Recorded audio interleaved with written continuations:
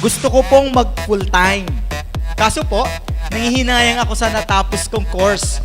Course ko ng college or sa maganda kong work. So parang, eto yung, Yung ano niya. nangihinayang. issue niya. Oo. Nangihinayang. Well, kung sino man nagtanong nito, normal to. Kasi katulad ng pinag-usapan natin kanina, we were socially conditioned, culturally conditioned to really do well in school, mag-aral mabuti. And for so many years, yun ang preparasyon mo eh. Nag-prepare Yes, yes. tayo for that. Can you imagine? 6. Grade 1 up to 4th year or 5th year college, depende sa kolehiyo. So, can you imagine yung Effort.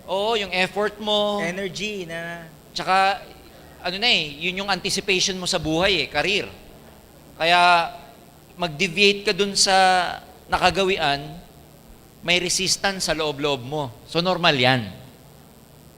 Kung manghihinayang ka, normal. Pero, sa akin, 18 years ago, Roy, naramdaman ko rin yan. Kaya lang ang tinanong ko sa sarili ko, ano ba yung gusto kong result? Resulta ba na in terms of career? O resulta ba na mapaganda yung buhay ko? Kasi it's totally different. Pwedeng maging maganda yung career mo na hindi ka ganun kadaming pera.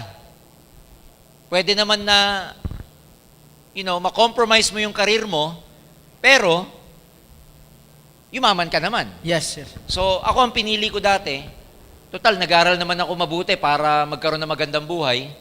Bakit ko pangihinayangan kung i-give up ko yung career ko?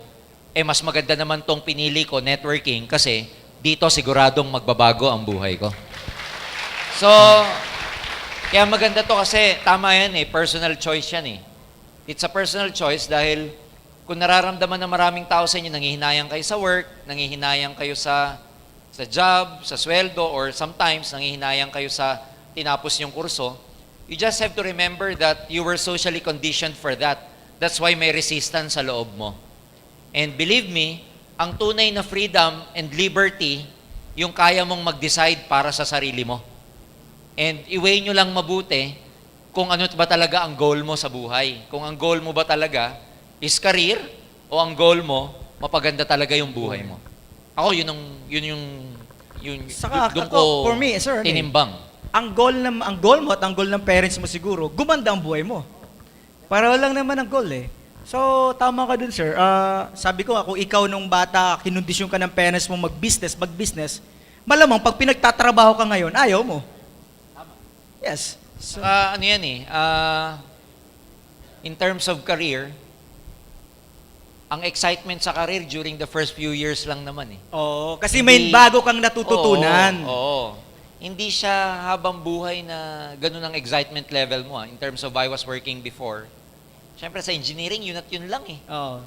Nothing to... Saka ang happiness, sir, nakita ko, minsan hindi lang naman yung sahod Hindi. Yung kinikita. Yung may kaya ito, sa network marketing, sabi ko, ang saya kasi ang dami mong, ang laki ng room para na pag-aralan mo Marami kang matututunan. Tunan sir. In the future, matututunan mo yung financial management. Matututo ka ng personal development.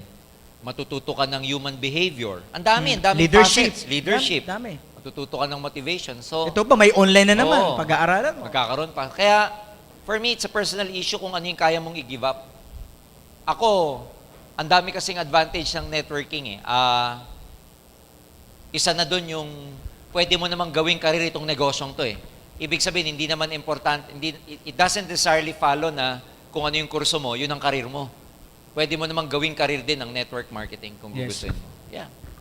Tsaka yun nakondisyon ka lang naman. Kaya yan ang kurso mo, kaya yan ang kinuha mo, kasi kinondisyon ka lang naman. Tama. So, klaro po ba yun? Alright, so next tayo.